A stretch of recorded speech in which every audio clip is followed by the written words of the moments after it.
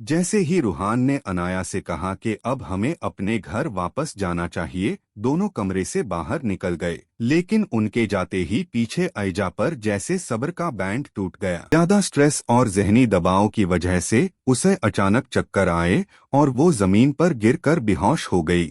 मुसर्रत ने जब अपनी बेटी को इस हाल में देखा तो घबराकर चीख उठी, ऐजा तुम्हें क्या हो गया? अनाया फौरन कमरे में वापस आई और रूहान से कहा कि एम्बुलेंस को कॉल करो, ऐजा को फौरन हॉस्पिटल ले जाना होगा। इसी दौरान अगर आप ड्रामा अपडेट्स पसंद करते हैं तो चैनल को सब्सक्राइब कर लीजिए ताकि कोई एपिसोड मिस ना हो। रूहान ने रास्ते में ही अशर को कॉल करके इत्तिला दी कि ऐजा भाभी हॉस्पिटल में हैं। अशर परेशान हो गया। एशल ने उसकी बेचैनी देखकर पूछा तो अशर ने सारी बात बता दी। ये सुनते ही एशल फौरन असद के पास गई और उसे हॉस्पिटल चलने के लिए कहा। असद ने सख्ती से जवाब दिया कि उस औरत से अब उसका कोई रिश्ता नहीं, उसने अपने तमाम ताल्लुक खत्म कर दिए हैं। एशल ने निहायत नरमी से कहा कि ऐजा भाभी आपकी बीवी है और आने वाले बच्चे की माँ भी। गलतियों की सजा मिल चुकी है, अब रहमत का वक्त है। असद हैरानी से बोला कि जिस औरत ने तुम्हारी जिंदगी बर्बाद करने की कोशिश की,